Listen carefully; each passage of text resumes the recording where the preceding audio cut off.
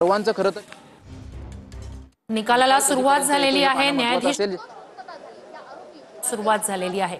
एनआयच्या विशेष न्यायालयात आज मालेगावच्या 2008च्या बॉम्बस्फोट प्रकरणाचा निकाल लागणार आहे। न्यायालयात निकाल वाचनाला सुरुवात झालेली आहे। एनआयचं हे विशेष न्यायालय ए.के. लाहोटी या निकाल वाचनाला त्यांनी सुरुवात केलेली आहे। विशेष न्यायालयाचे जे न्यायाधीश आहेत ए.के. लाहोटी यांनी आता निकाल वाचनाला सुरुवात केलेली आहे। 2008 मधलं हे प्रकरण 29 सप्टेंबर 2008 मध्ये मालेगावमध्ये हा बॉम्बस्फोट झालेला होता। सुरुवातीला तपास एटीएस करत होतं, त्यानंतर एनआयएनं तपास केला। आता या संदर्भातील निकाल वाचनाला सुरुवात झाली आहे। सरकारचा युक्तिवाद वाचून दाखवला जातोय। तर आता निकाल वाचनाला सुरुवात झालेली आहे। सरकारचा युक्तिवाद वाचून दाखवला जातोय। न्यायालयात निकाल वाचनाला सुरुवात झालेली आहे आणि सुरुवातीला सरकारचा युक्तिवाद वाचून दाखवला जातोय। तर कर्नल पुरोहित जप नाम करताना या ठिकाणी माहिती समोर येते। सरकारचा युक्तिवाद वाचून दाखवला जातोय सुरुवातीला।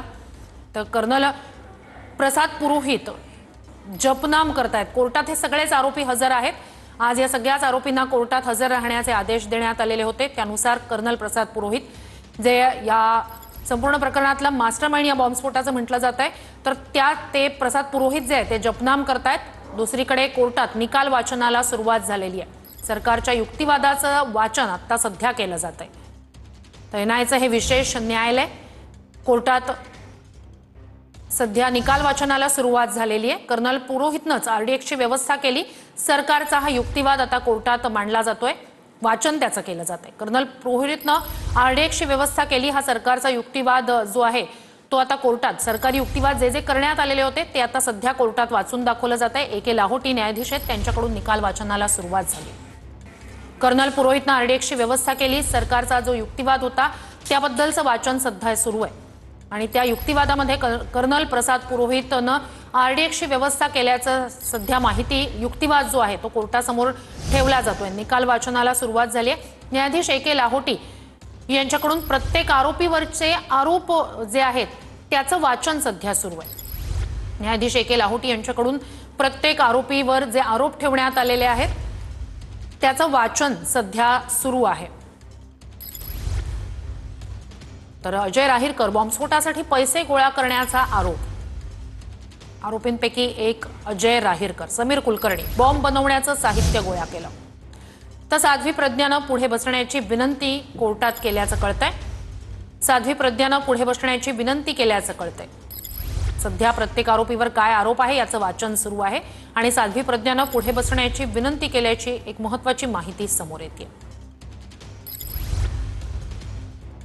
तर मालेगाव बॉम्बस्फोटाचा 17 वर्षांनंतर आज निकाल लागणार आहे। कोर्टात निकाल वाचनाला सुरुवात झाली आहे। सुरुवातीला सरकारचा युक्तिवाद, त्यानंतर प्रत्येक आरोपीवर काय आरोप आहेत याचं वाचन सुरू आणि आता सध्या साध्वी प्रज्ञानं पुढे बसण्याची विनंती केल्याचं कळतंय। दुसरीकडे आता कुणावर काय आरोप आहे याचं वाचन सध्या सुरू आहे। मेजर रमेश उपाध्याय निवृत्त बॉम्बस्फोटाचं नियोजन केल्याचा आरोप आहे।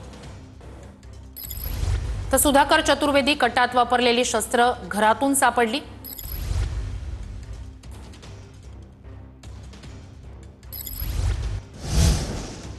बाईक व्यतिरिक्त काही ठिकाणी बॉम्ब होते असा सरकारचा युक्तिवाद या ठिकाणी त्याचं वाचन केलं जाते। बाईक व्यतिरिक्त काही ठिकाणी बॉम्ब होते असा सरकारचा युक्तिवाद, त्याचं सध्या वाचन सुरू आहे। कोर्टात सरकारच्या युक्तिवादाचं वाचन सध्या सुरू आहे। त्यात ही माहिती की बाईक व्यतिरिक्त काही ठिकाणी बॉम्ब होते। बॉम्बस्फोटात 95 जण जखमी झाले होते। बॉम्बस्फोटात 95 जण जखमी झालेले होते। सध्या मालेगाव बॉम्बस्फोट प्रकरणात निकाल वाचनाला सुरुवात झालेली आहे। सरकारच्या युक्तिवादाचं वाचन सुरू आहे। प्रत्येक आरोपीवर काय आरोप आहे याचंही वाचन सुरू आहे। बॉम्बस्फोटात 95 जण जखमी झालेले होते। न्यायाधीश ए.के. लाहोटी यांच्याकडून निकाल वाचनाला सुरुवात झालेली आहे। बॉम्बस्फोटात 95 जण जखमी झाले होते। तब्बल 17 वर्षांनंतर या प्रकरणी निकाल आज वाचला जातोय। बॉम्बस्फोटात 95 जण जखमी झाले होते। तर प्रत्येक आरोपीवर काय आरोप आहे याचं वाचन सध्या सुरू आहे। साध्वी प्रज्ञासिंह ठाकूर शस्त्र आणि वाहनं यांची व्यवस्था करण्याचा आरोप आहे। 3 ते 4 एजन्सी तपास करत होते। 3 ते 4 एजन्सी या संपूर्ण प्रकरणात तपास करत होत्या।